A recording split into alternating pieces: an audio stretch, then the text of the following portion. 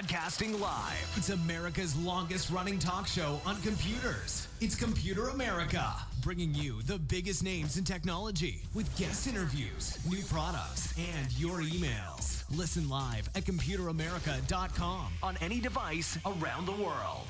Email the show at live@computeramerica.com or find us on social media. Be sure to check out our website for contests, giveaways, show notes, live video stream, podcasts, and more. You're listening to Computer America.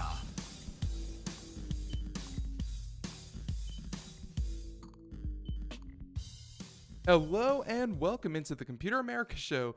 Thank you for joining us, everyone. I hope all of you had a wonderful winter break as you are joining us here once again. And by the way, everyone, I just want to say that, again, I hope all of you are happy, healthy, warm. I know that the weather has been insane if you're on the East Coast.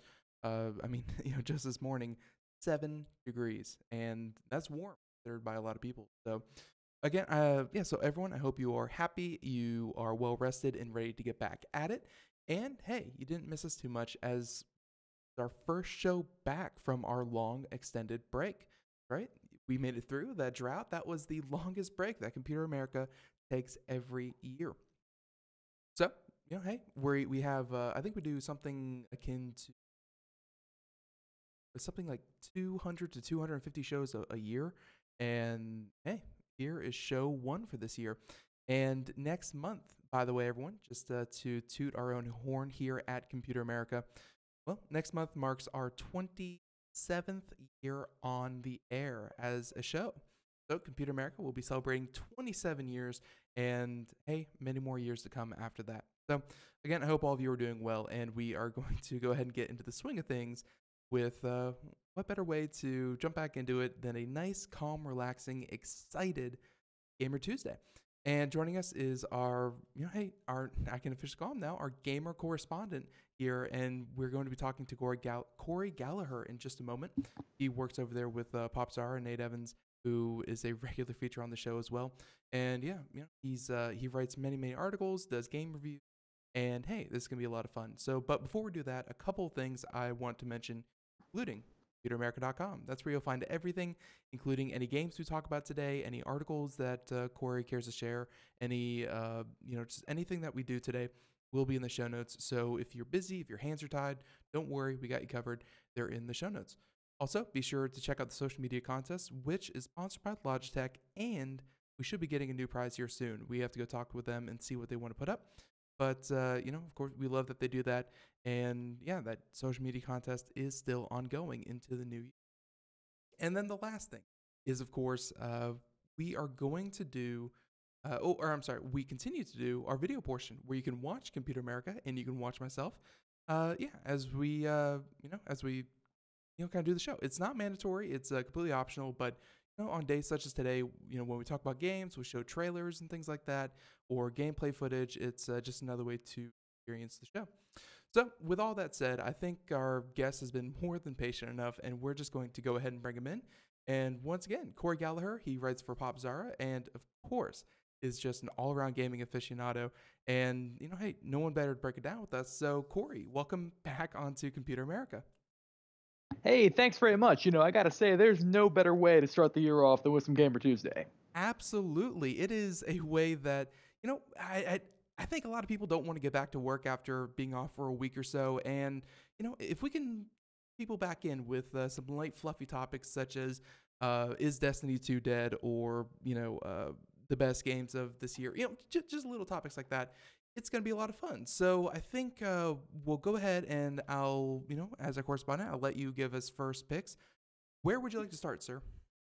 Well, one thing that's really kind of a big deal for you if you play a lot of video games is the fact that between, I want to say, late November to about mid-January, not a lot of stuff comes out. So if you're the kind of person like me who tries to buy games as they come out and stay on top of the new releases, you're kind of in a rut. There's nothing to buy. So I want to talk to you about what did you play for the past couple months? I mean, given that the most recent new big release was, I think, Xenoblade 2 on the Switch and maybe Mario Odyssey before that. That's what we've got right now. Yeah, and that is a very important topic because, just like you said, it's not really for some reason. It's kind of like summer blockbusters. The kids are off and people want to take kids to the movie theater. It's always large releases always want to center around certain times of year. And for video games, that tends to be Christmas. That tends to be the holiday break, where hey, people are buying presents. It's usually between Black Friday and Christmas that a lot of games get sold. But after that, we kind of do head into a rut. So you're absolutely right. I found myself in the exact same position that you found yourself in. And if you want me to go first, then I'll say that I actually did buy a new game. Normally, Sure. I have been playing some of my old ones. We'll talk about those. But the newest one, and I'm kind of late to the party, but Steam had a sale, and I was like, why the heck not? Stardew Valley. I assume you've heard of it. Stardew Valley, a farming simulation game. Kinda, yes. I mean, it has a little bit of everything. I mean, what really drew, I think, a lot of people to it was that it reminded them of kind of older games that didn't hold your hand, games that you could go into and you could kind of take a lot away. And I'll be honest, I got into it. I had like 5 hours into it. I had, the first time I played, and I still didn't know what I was doing, but I was liking my time that I was spending grinding this game, and it was a lot of fun. I mean, and just real quick, Corey, do you have any experience with Stardew Valley?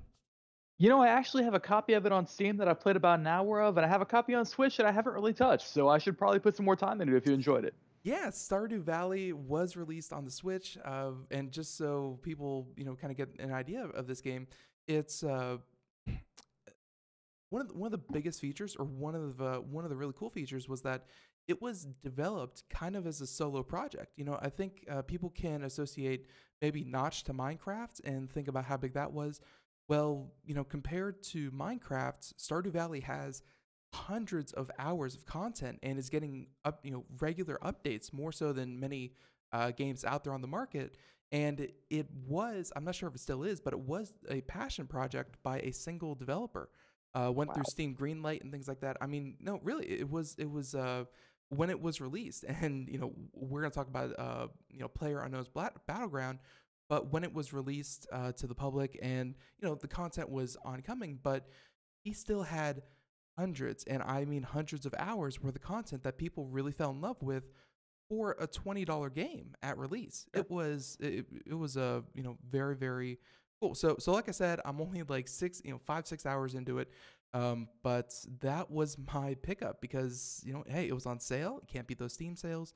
And I like something that can grab me, and I look up from my computer and it's 8 hours later. That's the kind of games that I like. The games that you really lose yourself in.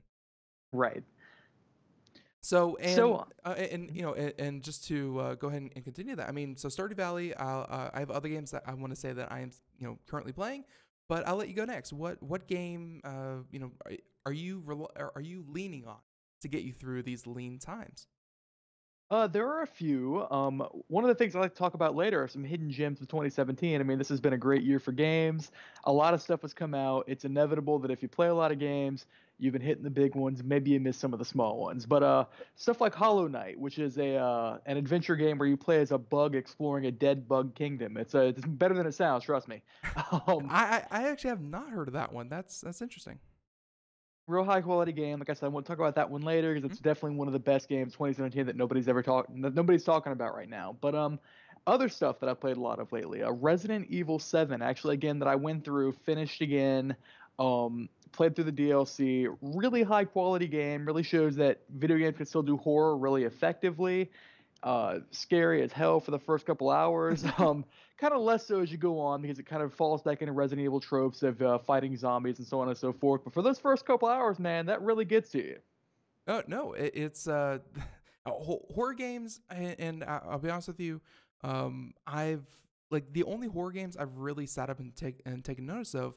We're gonna talk about VR later on in the show, give its own little segment, but horror games and VR mesh so well that's all I'm really seeing in the space is people are rushing to get the next big horror game in virtual reality. So Right. I haven't seen really anything other. So very interesting that you mentioned that. Sure, Resident Evil 7 is interesting too because it strikes me as being one of the first first actual full release video games you can play in a VR setting. At this point, there are a few others of those. We've got Fallout 4 VR, we've got Doom VFR, which again, both full games you can play in a VR headset. But at the time that Resident Evil 7 came out, I mean, you were kind of hurting for choice if you didn't just want to play expensive tech demos.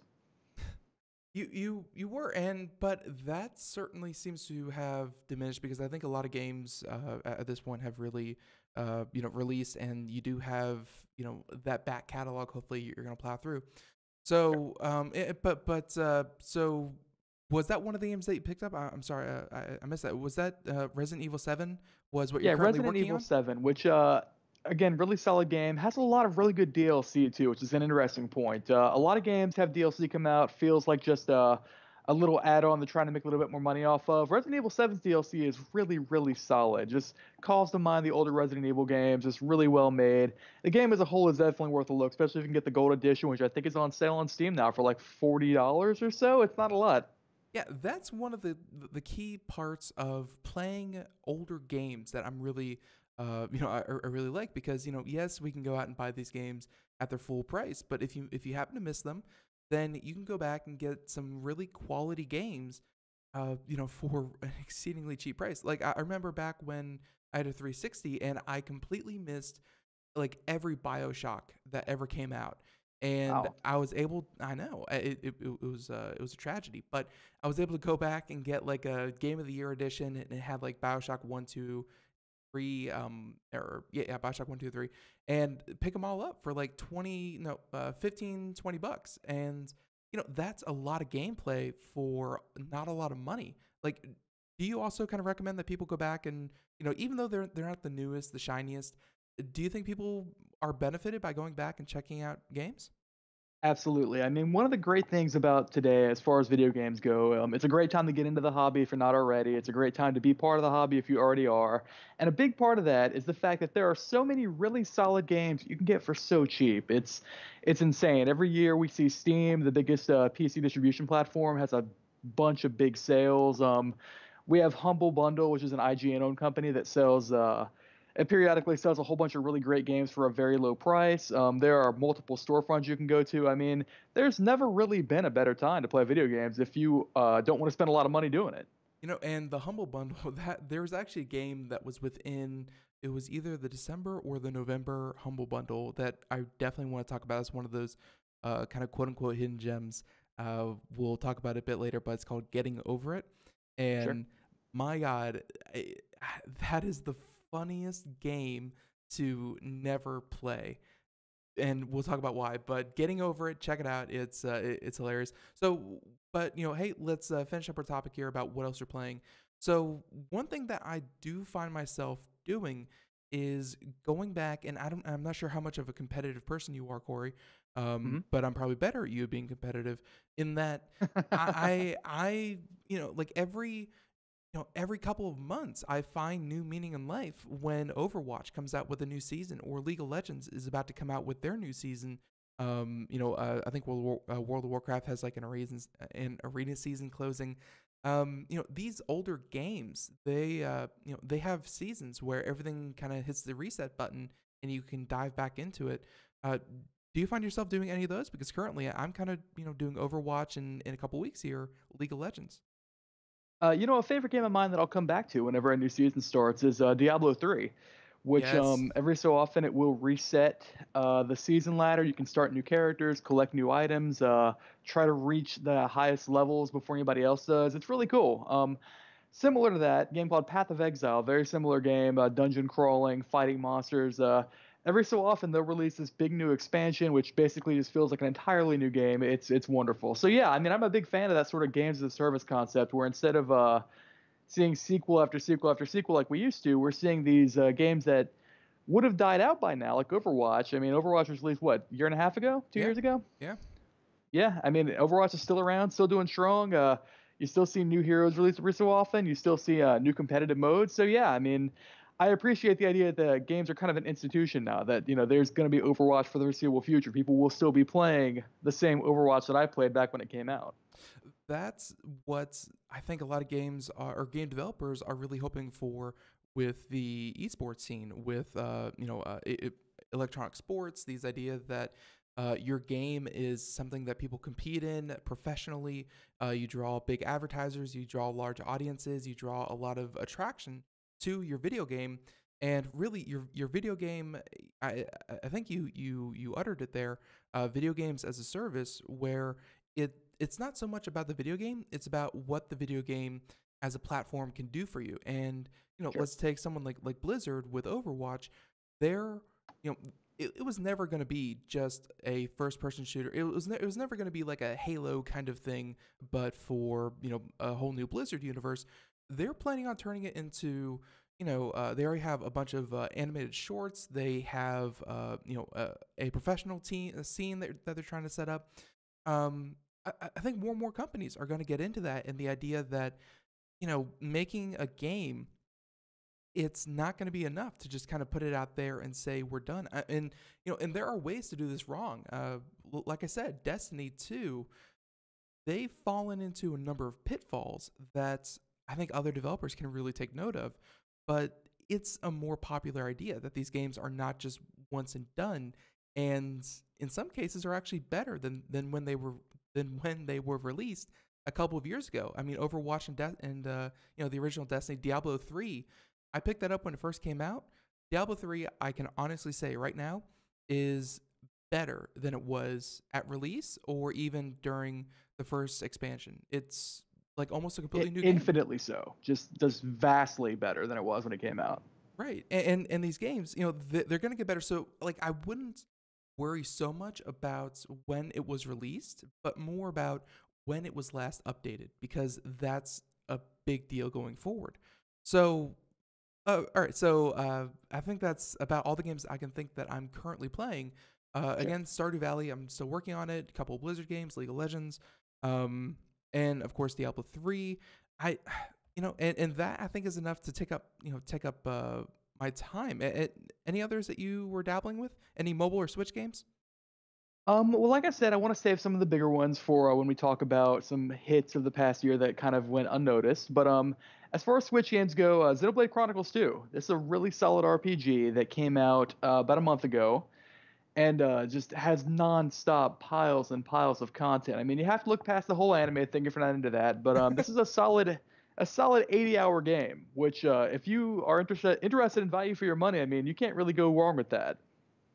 Absolutely. I mean, of course, you could get into games like Black Desert Online, which Sure. $80 gets you to the beginning content. But no, it's but I have seen Xenoblade Chronicles 2. I've only seen people play it. Looks incredibly fun, and from everyone I've heard from, the controls are very tight. Like it's very skill based in the way that you control your character, but it's a lot of fun the way you do it. Right, absolutely. And that's kind of a thing that Nintendo's known for. I mean, this is sort of the defining feature of the Switch, is that it's got really great controls. It's got games that feel fun to play. Some games focus on artistic vision, some games focus on great graphics. One thing that can be said for Nintendo is that they make games that are fun. That's them. Right. Right. Yep. So yeah, and so we have alluded to this a couple times. Why don't we go ahead and just jump into it? Some of the hidden gems from 2017, and like you said, there's been a lot of big games announced that probably dominated the headlines a little bit more than they should, and it's easy that these games slip by because a AAA developer isn't the only person putting out good games anymore. Now, like I said, with things like Stardew Valley, they've proven that a single person or a small studio can do something that others are trying to do on a much larger scale, but miss the mark. So, little known gems, 2017. Where would you like to start off? Well, I want to first shine a spotlight on this little known video game that's it's called PlayerUnknown's Battlegrounds. You might have heard of it. Yeah, Okay. it's been very, very popular. I think just actually about a week ago, like Christmas Day or like the day before Christmas Day, that it was PlayerUnknown's Battlegrounds actually topped the most ever concurrent users on Steam. Like it took Dota 2, which is amazing. It did, and so with that in mind, that's maybe not exactly what we're trying to go for here. Instead, I want to talk about a game called Hollow Knight that I mentioned earlier. Hollow Knight is you've probably played Metroid. If you play a lot of games, you're familiar with how Metroid works. You start with a baseline character who slowly becomes stronger as you play through the game. And that's been kind of a formula that's been known as the Metroidvania as time has gone on. There's been a lot of games that kind of do that same idea where you start with a simple character, they get stronger, you can do more, and the game gets harder to match. Hollow Knight follows that formula, but it does so while also incorporating the kind of storytelling that we see in games like Dark Souls, where instead of having what's going on told to you directly, you kind of pick it up as you play the game. You learn by observing, you learn by reading item descriptions, by talking to to NPCs. It's a really fascinating game. I mean, it's a really well done concept. You play as a bug knight entering a dilapidated kingdom of bugs that's long since fallen to pieces. Again, kind of a weird concept. Once you play it, though, you'll see for yourself. This is really well made. It's a fantastic game that probably would have been one of the best games of 2016. Unfortunately, it came out in 2017. Has to compete with Mario Odyssey, Breath of the Wild, et cetera, et cetera. Right. Yeah. And this is actually, yeah, it's not the exact same concept as, the animation kind of reminds me of Cuphead, obviously, just because it's a 2D platformer kind of deal. And by the way, folks, if you're watching the video portion, we're showing the gameplay trailer, but it does seem, not as flashy as I think I said almost not as flashy, but, it's almost like a Flash game, it's, I thought the same thing. I thought the yeah. exact same thing, and that was actually one of the interesting things to me because before I joined up with Popzara, I used to actually cover Flash games back when that was the height of the industry for a Right. site called jasgames.com. So in a way, yeah, that kind of resonated with me. The fact that it reminds me of these old classic Flash games that you'd play on Congregate or Newgrounds, but for your $15 or so, I mean, you're getting a lot of content, like way more than you would have gotten back on those older games. A surprising amount of content. I would say at least a solid 20 hours or so for your $15, which again, when I'm talking about games, I really like to focus on the amount of time and fun that you get for your money. So games like Xenoblade 2 and like Hollow Knight are great, if you ask me. No, games are one of the, and this is one of their selling points, is that games are one of the best price to entertainment kind of ratios where, like a movie, you pay $15, you sit there for 2 hours. So, $7.50 an hour. Video games are in the pennies. So that's something, you certainly want to factor in. Who would be most attracted to Hollow Knight? Is it someone who's looking for a story? Someone who, you mentioned Dark Souls. Dark Souls are for masochists. Who would be attracted to Hollow Knight? People who enjoy the old classic Metroid type games, Castlevania Symphony of the Night, fans would probably like this one.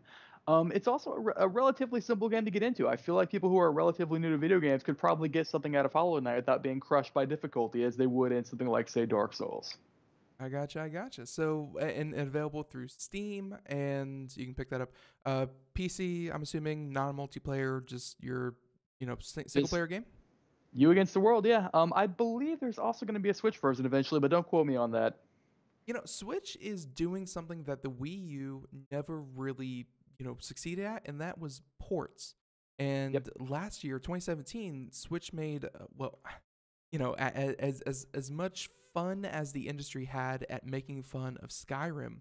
They did get things like Skyrim. They got Cuphead. They got a number of different ports that the Switch is, finally getting some of that cross-platform support that PlayStation and Xbox had capitalized on.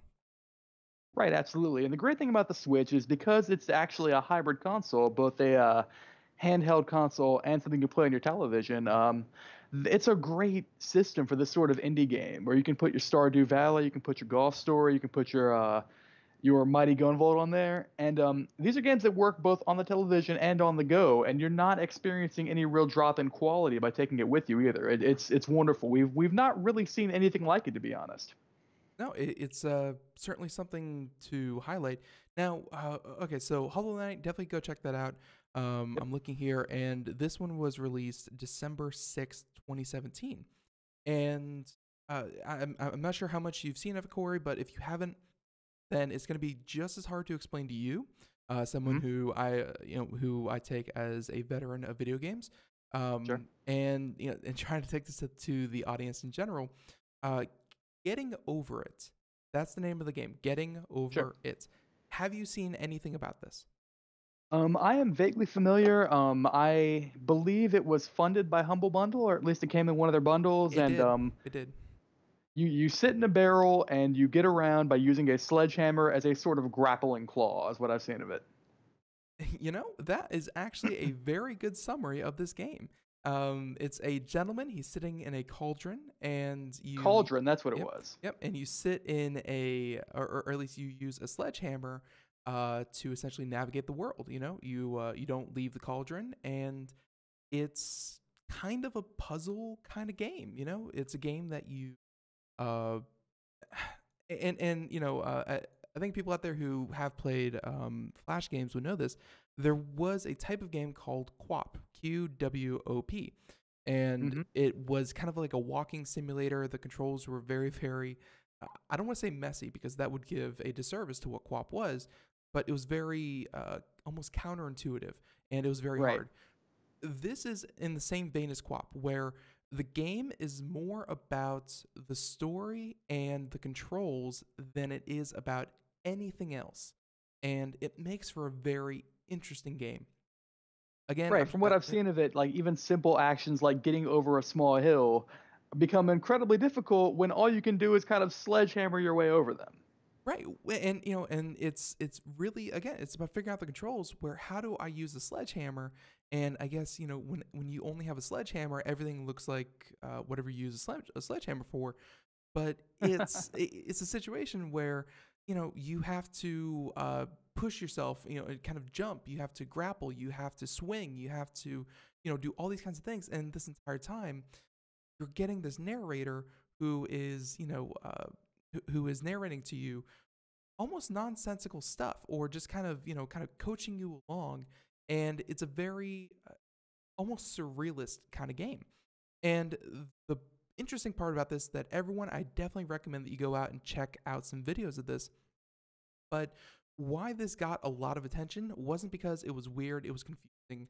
That's not really, shock value alone isn't enough to really, sell a game. But a lot of influencers and people with large audiences, they play this game, and a feature of the game is that at almost any point that you are trying to get, let's say you're trying to jump over a crevice and you're trying to latch onto, another part of the level, you can miss. You can accidentally not do the right thing, and you can fall. And what takes people 10 hours, they can fall back down all the way to the beginning of the game at the Wow. absolute start and lose 10 hours of progress. Folks, if you haven't seen someone lose their mind in a video game, I highly recommend you go check this out. Getting over it, again, the name kind of entails that, yes, you're going through trying to get over obstacles, but at the same time, it's about getting over the fact that you just wasted a dozen hours trying to do this. It's hilarious. Right. Yeah, it sounds excellent. I'll have to give it a shot sometime. Absolutely. And, it is available. It was available through the Humble Bundle, I believe, in November in early access. It has a twist ending. You should definitely check that out if you happen to beat it. But, it's one of those things that, like, I've seen, I've watched people, because it's hilarious to see other people play this. They play this for 15 hours. They finally beat it. And then they play it a second time, and it takes them 20 minutes. The game is really about learning the controls, and it's just a different kind of game. It struck a lot of people the right way, and it's kind of weird that it came out so late in the year, but it's definitely something worth checking out. So that was one of my other hidden gems. So I'll go ahead and let you pick another if you had another hidden gem. Sure. There was one other game that was just released out of Steam's early access program recently that I wanted to talk about because I don't think we see a lot of puzzle games getting very much attention lately, which is interesting because as the industry grows more diverse, we're seeing more women enter the industry, both to make games and to play them. We've generally found that women tend to prefer puzzle games. So it's interesting. We haven't heard a lot about them, but there is one that I want to talk about. It's called Opus Magnum. It's made by a company called Zachtronics. Actually, Originally, they were. Sorry. actually, Corey, I'm gonna have to stop you there. Music means we're gonna take a break, and we'll be right back with Cory Galliher, and we'll be talking about we'll be talking about that game. And everyone, stay tuned. More Computer America right after this. And hey, again, Gamer Tuesday.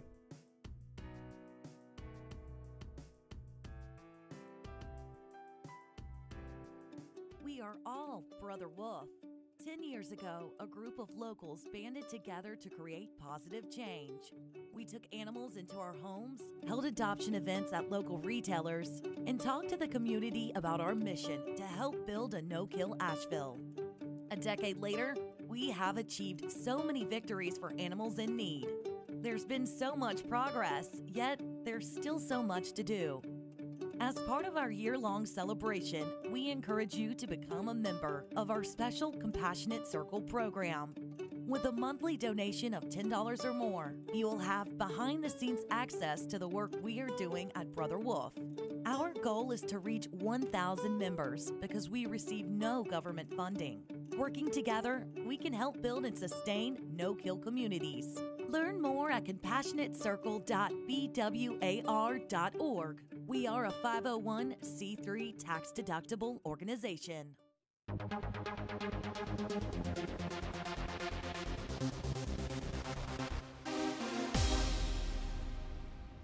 And welcome back to the Computer America Show. It is 31 minutes past the hour as we continue on here with our Gamer Tuesday, all about video games and different, right now we're covering games that probably didn't get their due justice by just being good games, but maybe being released in the shadow of other games, or just maybe, we feel weren't really highlighted as much as they should have been.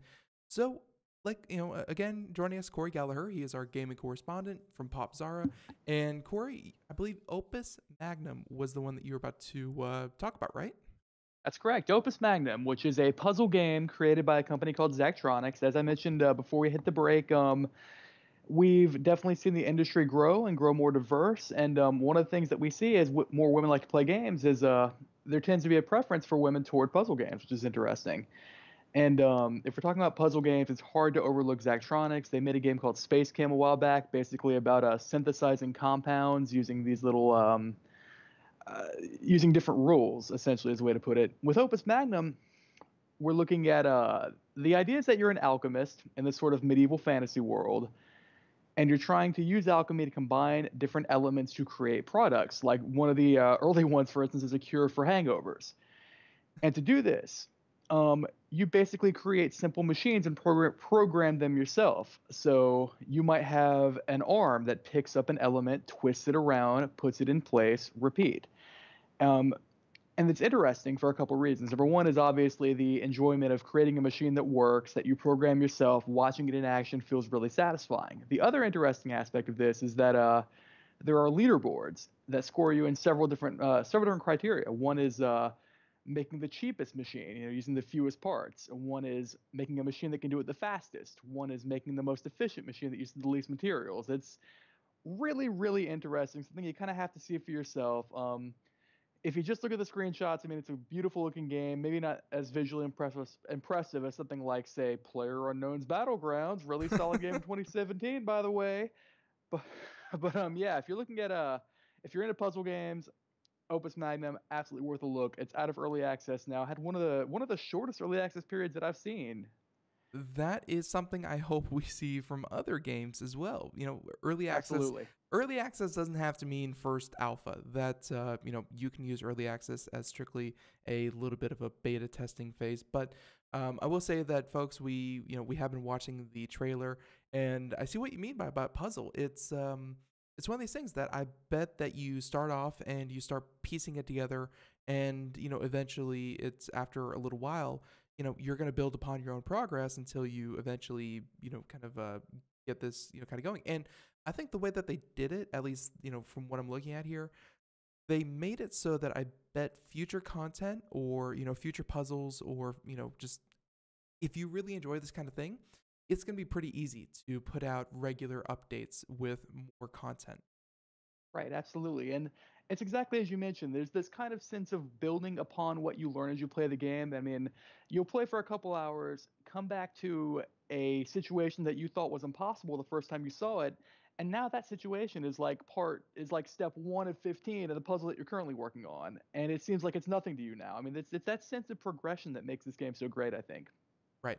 And you're absolutely right. Puzzle games, they are, I think they're coming back around. There was a time when, you had things like, I think the game was like Dust, where, puzzle games were certainly a fixture. And nowadays they're, we had the whole reaction timing, first person shooter, open world RPG kind of deal. And now we're coming back around to puzzle games. Something super exciting. So, all right, now something I think is going to dominate a conversation for a little bit, and I just wanted to, kind of mention it, is that you've mentioned here a number of times PlayerUnknown's Battlegrounds, and you seem to really like it. I am on the exact opposite side of that spectrum.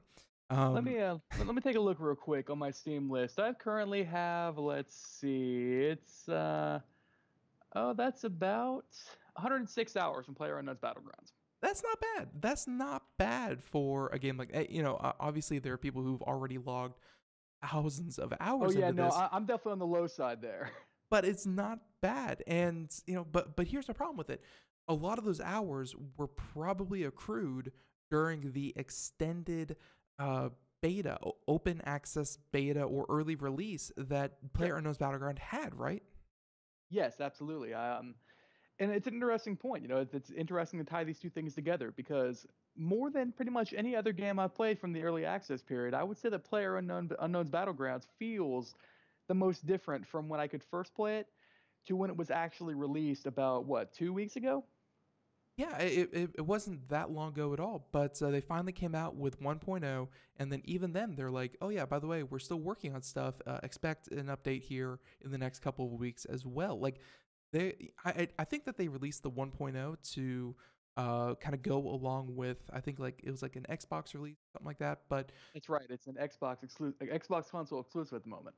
Right, yeah. So they did like a 1.0 release to go with that, but I really don't feel it's a true 1.0. I think it's more of a moniker, and they're still actively developing this, which, hey, it could be good or bad, but it definitely does look and play a lot better. There are some new features that I think you should talk about that if you played, kind of, maybe about 6 months ago, there are some features that you have never seen before. I mean, one that I was really, I was like, oh, they put that in, whatever. But then I saw it in action.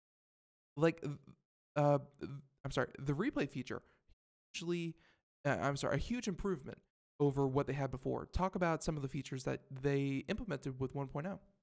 Sure, absolutely. Now, if you're not familiar with PlayerUnknown's Battlegrounds, number one, you might be living under a rock, or maybe you just don't play many video games. PlayerUnknown's Battlegrounds, the concept is that you have 100 players all on the same map at once. It's a big island-looking area, at least the original map was. You all parachute out of a plane, you fight each other, whoever's left wins. Real simple concept, executed surprisingly well. Interesting point here, probably the biggest change they made at the 1.0 release that happened a couple weeks ago is they actually added a new map entirely, basically based on a section of Mexico is what it looks like.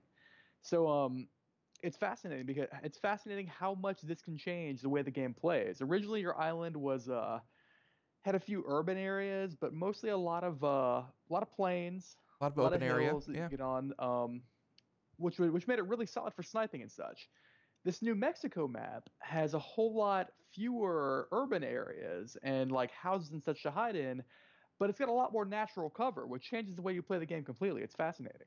It was interesting because I think when it came to battle royales, when you compare it to some of the some of its early ancestors or recent ancestors, you're looking at games that kind of put 100 people into an area that really wasn't that big, and that may have been due to people's computer limitations. That may have been due to server limitations, but essentially, they didn't give you a lot of area to spread out and really fight and kind of develop your own play style. For PlayerUnknown's to come out with this second map, this desert map, and make the old map look like the small one, and the new one is just massive. It is insanely big. I was really surprised that they decided to go bigger with it instead of smaller with their second map. Right, absolutely. But it's not just the map. I mean, we see a lot of other things too. I mean, the new map includes new vehicles, new weapons, The but that, Winchester, that, yeah. yeah, that's all small fry though compared to the biggest change, which, as we mentioned a little bit ago, kind of tangentially, um, the way the game runs is the biggest change. I mean, when PlayerUnknown's Battlegrounds originally came out, it was popular, sure. A lot of people played it, sure. But the fact of the matter is that it ran terribly for most people. I mean, I have a unwholesomely expensive video game rig for my PC, and it still ran very, very poorly for me. I stopped playing for a little while, came back to it at the 1.0 release, and it's night and day. I mean, it's 60 frames per second. That's ideal. On the highest possible settings, it's wonderful. Now, are we seeing that on the Xbox? No, we're not at all. It runs very poorly on Xbox. That's a source of some consternation right now. But on PC, yeah, no, it's the fact that they optimize it to such a degree is really what early access is about, if you ask me. Now, what I heard from some of the players and what I've seen from some of the gameplay footage is that they were having a problem with something called rubber banding, and that only happened in the first couple minutes of the game. They put out a patch a couple of days ago to fix that, but I heard that didn't have exactly the intended consequences. How does it play? Not from a hardware perspective, but from kind of a server perspective, because when it comes to who shot first, this is a big deal.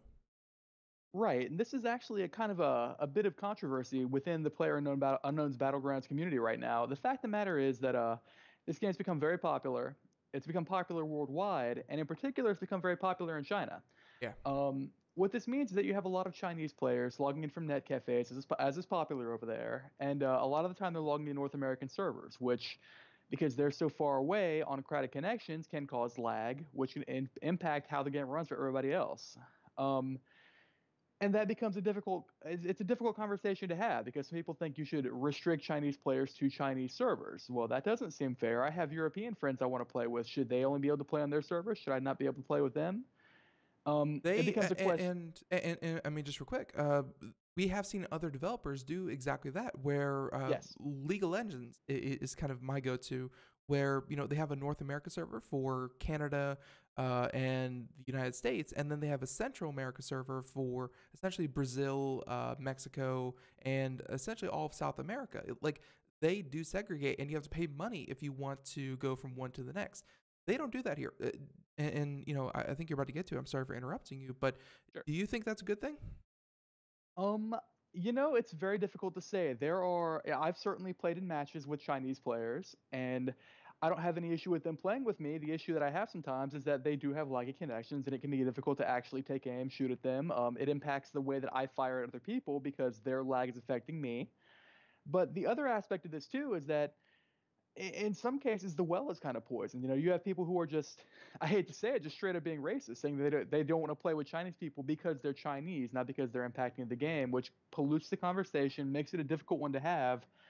Do I think we should segregate Asian, European, North American servers entirely?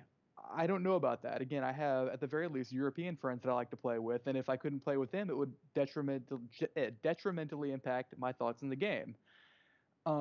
Should the network be improved? Should the network performance be improved to avoid this rubber banding? Certainly do something about hacking, which is an issue across all regions right now. Yes, absolutely. And I think that's a good place to start. I mean, there's no controversy there. If you can make the game better and in doing so improve the way it runs for everybody, Chinese, European, North American, yes, that's the direction you should go. And then if you can't do that, then maybe we talk about segregating the servers. I really do like Blizzard's approach to this with their with Overwatch, where they don't strictly have a a North America or even European or what have you. It's more about what gives you the best gameplay experience. And if you're playing at 8 o'clock at night and you're, let's say, in New York City, you're gonna get primarily people in your geographical area. But Sure. let's say if you're playing at 6 a.m., you stayed up way too late, as is common, and Right. and you're at a, let's say, a really, really high skill level. there's a pretty high chance that if you're playing in off-peak hours, and then let's say it's peak times in, I don't know, Europe, you're going to get a lot of European players because it's going to match you and it's going to try to give you a good connection, but also a good matchmaking experience. It happens behind the scenes. It's not really segregated, but it's kind of a preferential system where they prefer you to play with people who are closer to you. Maybe something like that. That seemed very fair to me. Absolutely. And one option that I've seen discussed that sounds good to me when we're talking about that is the idea of a ping lock server, where your ping is essentially a numerical representation of the distance from you to the game server. So if I have a ping of 50, that means I have a better connection to the server than you with a ping of 100. So what that would mean is that if you have a ping of, say, 200 to a given server, it just doesn't put you on that server. You play in a different match with people who have better pings, which makes sense to me. At that point, it's not a question of North American players versus Chinese players. It's a question of who has the best connection for the best gameplay experience, which is what we should be focusing on. That would make a lot of sense, but it's this thing where I think other kinds of games, they're not as focused on ping as first-person shooters or even kinds of things, because it really does make a difference. It may seem silly to think about the difference between 50 milliseconds and 150 milliseconds, but you even said it yourself, it affects the way that you play and the people that you play with and your overall ability. But this is something that obviously PlayerUnknown's, I hope that they're working on. They certainly do seem committed to making this a long-lasting game. I kind of mentioned earlier they had the replay system, which really highlights kind of where the heck did that guy come from. Certainly is helpful in those kinds of situations. And I think this is going to be this is going to continue to be one of the biggest games this year. Any other features that people would kind of say, oh, they have that now? Without getting too far into the details of the game, I think the biggest thing to talk about when it comes to PlayerUnknown's Battlegrounds is the fact that this is essentially, not even essentially, this is probably the single biggest game release of 2017. And love it or hate it, the fact of the matter is that when a game sells like PlayerUnknown's Battlegrounds has, we're going to start seeing clones. That's we can pinpoint the first-person shooter as it exists today, probably in no small part to how well Doom did back in the day. So I would say keep your eye out in 2018 for more Battle Royale games. Absolutely. I mean, we've already seen one from Microsoft called the Darwin Project. I've played it. It's fantastic. It's a lot of fun. But there's going to be a lot of these other games that are very similar to Battlegrounds. Yeah, one that actually took some traction, and I thought this was a very cool take on it, Fortnite. And I actually have friends that played that, and kind of actually part of it was because it was free. This is something that you can download. You can download PC, you can download on Xbox, maybe PlayStation, for absolutely free. You can play it. It's essentially the same kind of gameplay, a little bit more cartoonish graphics, and a little bit more simplified in a lot of ways when it comes to weapons. But the idea of a battle royale, whatever PlayerUnknown's Battleground did, other games are starting to mimic it, and they're seeing great success. So I think you're absolutely right. We're going to see a lot more. And hey, what's already out there is already continuing to develop. So absolutely. And great point, and we'll definitely keep an eye on this one. Eventually, I'm gonna have to get it because, I'm playing Fortnite. That's not really scratching that itch. I need that competitive side, and this, I need to get into it. So, but with that being said, why don't we go ahead and move on to our next topic of conversation? And this is something that we bring up every couple of months, and it's because I think that this is an area that is going to do great things. And we've said it for a long time. All it has to do is just get that one game that's really going to push it into people's homes. That and the fact that the price of virtual reality, if that's what we're talking about, has to come down, which it pretty much has at this point. But, the state of VR is always something I really enjoy talking about. So, just to kind of get out ahead of it, Cory, have you even tried VR? I know earlier before the show you said that you don't have a setup. I think a lot of people don't, but have you at least tried VR? So my situation is actually somewhat different than most people. I don't have bifocal vision, so I Mm. do have a VR headset in the sense that I have a PSVR and I can use it, but I don't think I'm getting the same experience that a lot of people would. I've certainly tried headsets before. I like the PSVR. I've played with the Oculus Rift and the HTC Vive at E3 when I've went. Um, but again, my perspective, such as it is going to be kind of different from the average person. Um, what I've seen as far as VR goes is if we're talking about somebody doing it right, we definitely want to talk about Sony and the PSVR. The fact of the matter is that the two, rather there are several blockers in the way to VR becoming this big revolution that it's been stated to be. One of those is cost, as you mentioned. If I want a Vive, that's probably a good $1,000 just straight up just for the headset. That's Yeah. not even talking about the second issue, which is the computing power needed to play a VR game. You can't play VR on just any old computer. You need a pretty decent rig to play a VR game. We're talking at least probably $700-800 for a VR ready computer, and that's But going down over time. But it's still not an insignificant amount of money. right, but I really do want to highlight that it's not as much as it once was. Sure, it's going down, Yeah, absolutely. yeah. I mean, and PlayStation, you're right. That's the cheapest option. It's still a good option. It's not the best option, but it's the most affordable. And then you have things like the Oculus Rift, which I think is currently going for about $400, and then the computer is going to run you another, like you said, $700-800. That's a far cry from what it was when it first came out, which you were looking at about $2,000. And now we're just about hitting that $1,000 mark for one of these dedicated systems. It's coming down, but that price is going to continue. It just I think at this point, uh, people are willing to buy a computer, and they may just be willing to also shell out for Oculus or Vive.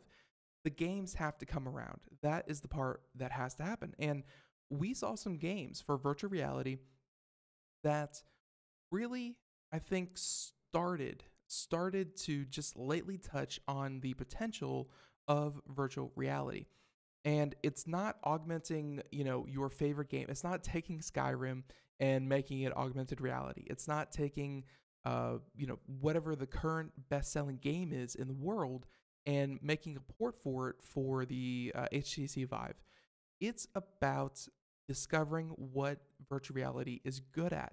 And there are two games I want to talk about and I want your reaction on, why, Corey, why you kind of think these games would be so popular, but two games that I think really took off this year, at least in certain communities. The first one, I think it was called, and I need to get the exact wording of it, but I think it was either Comedy Night or it was either Comedy Night It's or Comedy yes, Night, yes. yeah, Comedy Night. And this is a game where in virtual reality, essentially you put on your headset, everyone has goofy looking avatars. It's not meant to be realistic.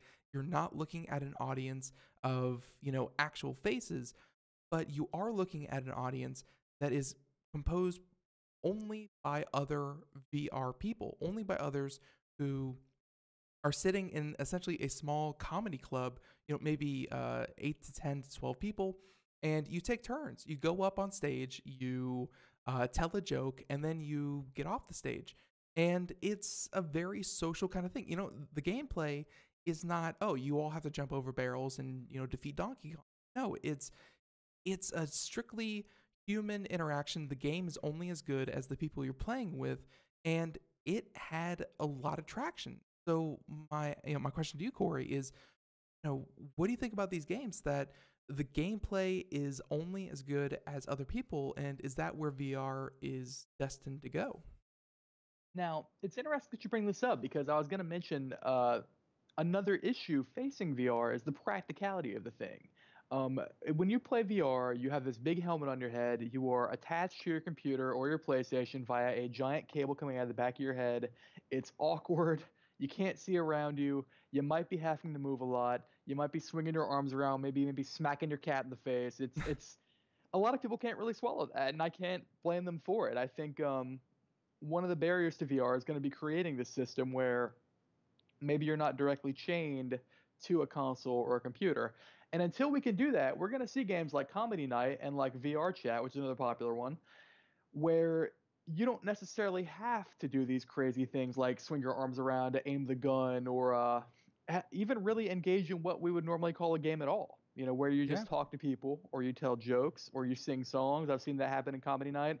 By the way, if you listeners get the chance, go on YouTube, look for videos of Comedy Night. It's very, very funny a lot of the time. It's absolutely worth watching, even if you're not playing it yourself.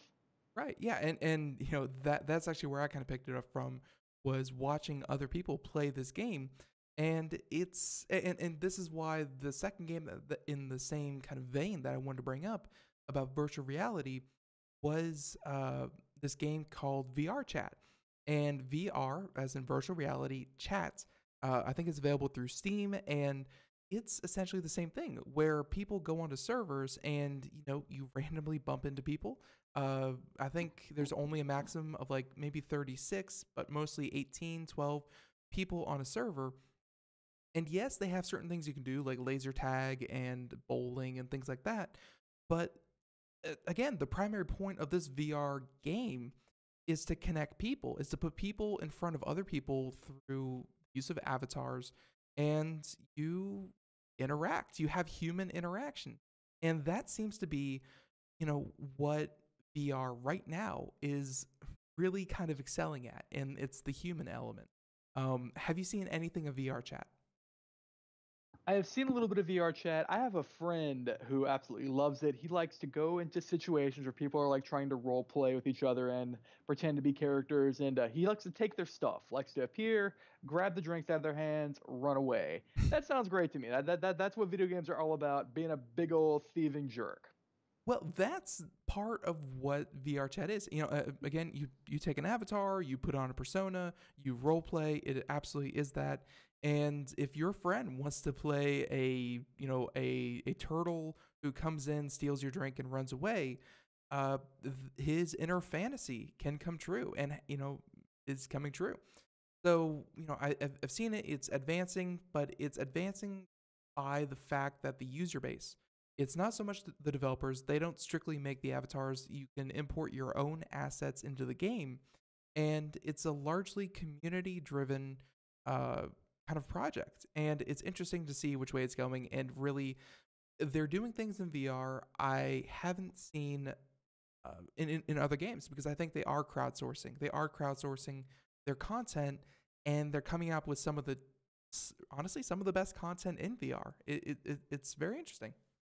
It's a really interesting point, actually. The fact of the matter is that when you're encountering technical issues like this, like technical hurdles that you can't overcome, such as being tied up to a PC or having to wave these wand controllers around, or needing a big, powerful rig to run these things, then you encounter what a lot of our smaller indie developers do, which is instead of tackling the problem head on and maybe failing, you'll go a different direction. You'll expand the medium. You'll create a game about going on a comedy stage and telling jokes, or a game about just walking around and exploring a world and listening to a narration that kind of gets you into the story, instead of creating this newest big shooter or whatever, because maybe you can't. It's this kind of necessity that really expands the medium as a whole, if you think about it. Yeah, and we are certainly seeing that. I think that these games are what is going to start to push virtual reality into people's homes. And it's going to take, one person, such as your friend, who convinces all of his friends that they have to get in so they can hang out together in virtual reality.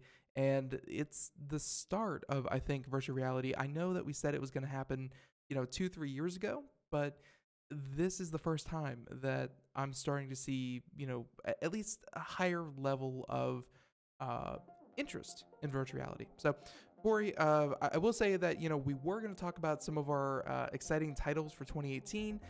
Didn't get to that. Of course, you're going to be back on here in about a month's time. And hey, we're going to know even more then. But Cory, I'll let you have the last word. Anything people should know about you, your writing, what they should check out?